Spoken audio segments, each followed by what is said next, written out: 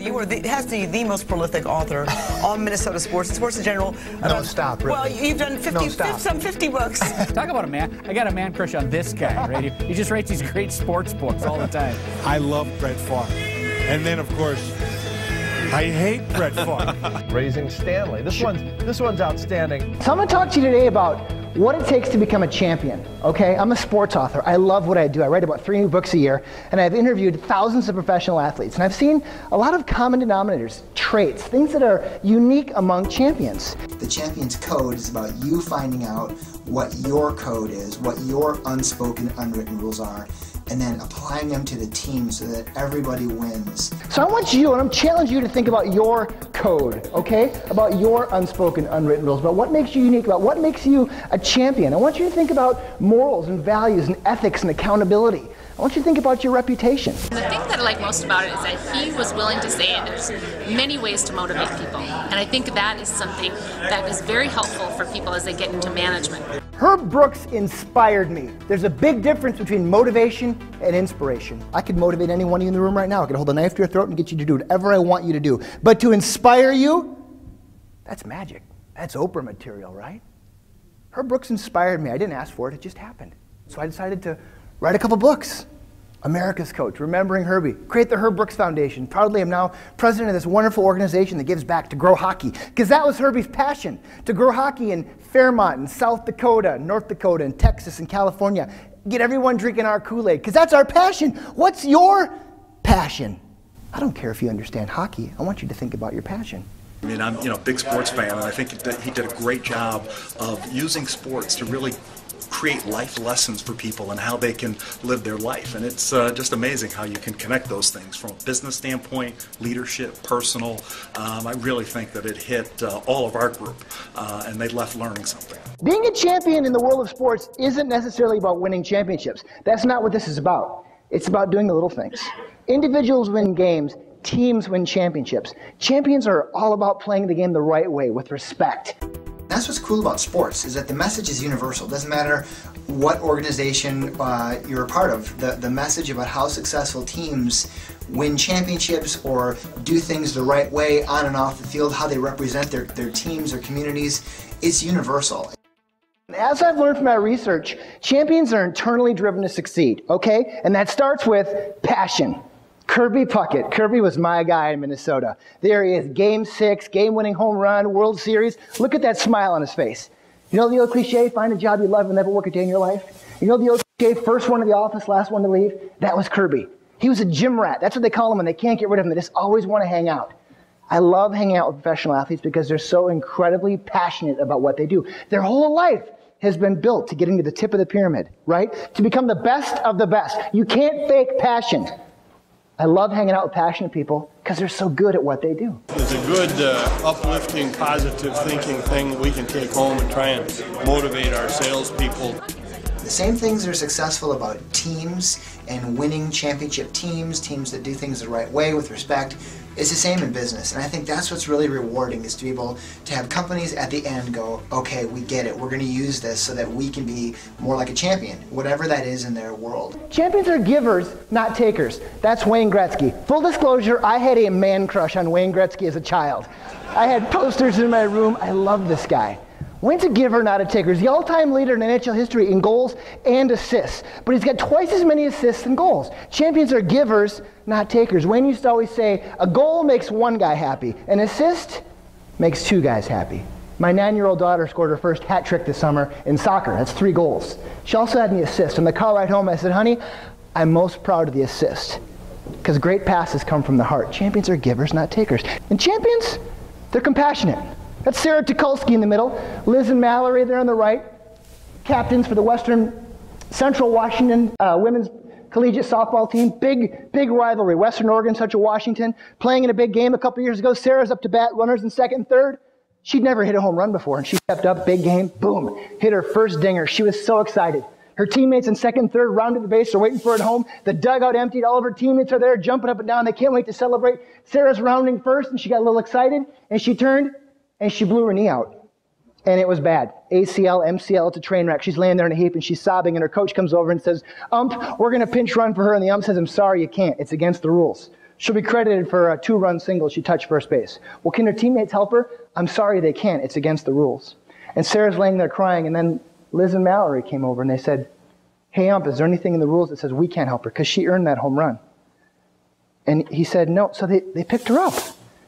And they took her over to second base and they lowered her down. And then they took her over to third base and they brought her home because she earned that home run. See, that's what champions do. They're compassionate. Champions work harder than everybody else. That's Tom Brady. Tom was the 199th overall pick of the 6th round of the 2000 draft. 31 teams passed on Tom Brady 6 times before the New England Patriots said, sure, we'll take a flyer on a backup quarterback from Michigan. You know how Tom Brady motivates himself? Every time he plays one of those 31 teams, he makes them pay. Tom Brady works harder than everybody else. He outworks them. This guy sleeps in the office. It's amazing. He's constantly breaking down film. He has a coach for everything. Nutritionist, a strength and conditioning coach, a quarterback coach, offensive coordinator. How many of you have a coach? You know, professional athletes spend 95% of their time working on the game. Only 5% is actually playing. How many of you have spent hours and days and weeks studying your competition on Google, really diving deep, because that's what they're doing all day. When you see them on Sunday, that's just the culmination of so much hard work. There's no substitute for work ethic. What makes you extraordinary as you think about your code, your unwritten, unspoken rules? What is it about you? For me, hey, new ideas. I just finished the World Series book. I got to interview a couple hundred World Series champions. Oh, fun. I get to mine new content for my speeches, write new books. Fun. I love that process. Creates a franchise, like my code books, a commodity. This is why I have a new topic. I can go out and make a new speech. Cool. That's really interesting. Leads to new opportunities. Now, I did this book. One of the code books is really fun. It's about hockey fighting. Believe it or not, I am an expert in hockey fighting. Ray, are you a hockey nut? This guy's already raising his hand, Ray. Sorry, man. Yeah, that's fun. So we just turned this book into a movie with a guy who won an Academy Award. No kidding. I'm in it for like 30 seconds. It's great. These are new opportunities. I mean, I've had CBC satellite trucks roll into my driveway. Ross, there's a big fight. Can you break it down for us? Okay. I mean, hey, you become an expert. You roll with it, right? Champions set goals and they visualize success. Just wrote this really cool book, Raising Stanley. Interviewed a couple hundred players, and the criteria, you had to have won the Stanley Cup to be in the book. So when I wrote the book, I interviewed a lot of players from the 2008 Detroit Red Wings. And I asked a lot of them, I said, were you surprised when you won the cup? And they said, absolutely not.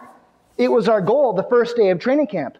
We're going to win the Stanley Cup. That goal was reinforced every day. They talked about it. They set down a game plan. People bought into whatever role they were going to do. And when they won it, it wasn't a shock.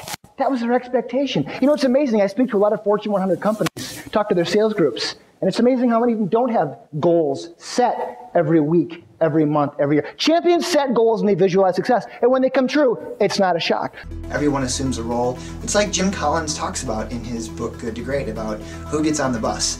Great leaders find out which people they want to have on their bus, who they got to get off their bus, and it's not just being on the bus. It's about finding which seat that person needs to be in, which role they're gonna do. Coaches, your coaches, your leaders, who gets seats in your bus? There's the key here, there's no one right way, okay? Whoever you choose to lead. See, great coaches, they understand how to motivate people. They understand which buttons to push on which people. Well, let's start with this guy, Vince Lombardi. Vince motivated through fear. Just wrote another book, the sequel to Raising Stanley, called Raising Lombardi. I talked to a lot of old Packers, Bart Starr, Paul Hornung, Jerry Kramer, and I want to know about Lombardi. 6 championships this guy won. Why? Vince was tough, okay? You wanted a seat in Vince's bus, you had to be a hard worker. But Vince was convinced of. They call them truths in sports, like you can't teach 7 feet in basketball. You can't teach a guy to run a 4.3 40 in football if he's really fast. You can't teach hard work. Vince recruited hard workers and figured he could get them to learn everything else. Eventually, everybody was drinking Vince's Kool-Aid, and they were dominant. But Vince, he wasn't your friend. He motivated through fear. He'd berate you, he'd cut you, he'd throw you into the bus. You didn't fit in, you were off the team. That's how he motivated. Now, for Mike Krzyzewski, the winningest coach of all time at Duke University, you want to get on Mike's bus, you better be a person of character. Socioeconomic background doesn't matter. Ethnicity, race, demographic doesn't matter. You better be a person of character.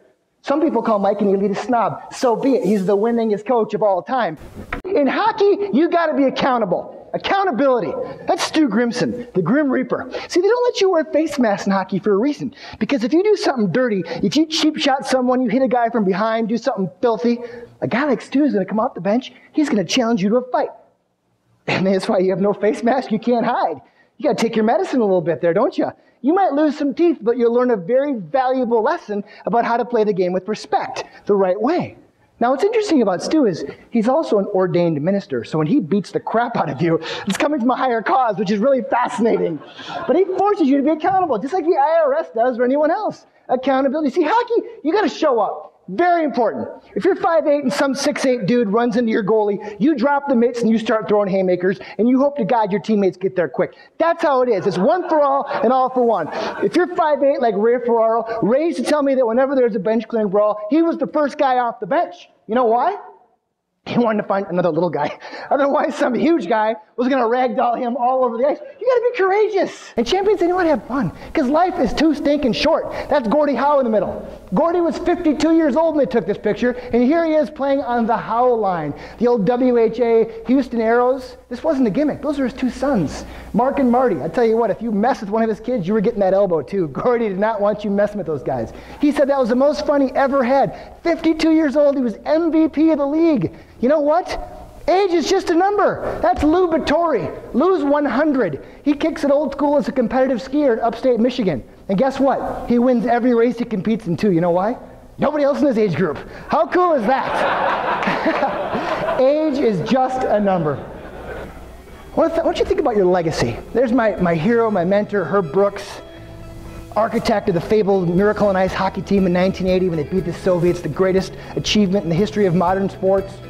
And I want you to look at that picture in the middle, and there's a poet, her name is Linda Ellis, and she talks about the dash. Maybe you've heard of it, and you know, it just really rings true with me. And I want you to think about why you're here.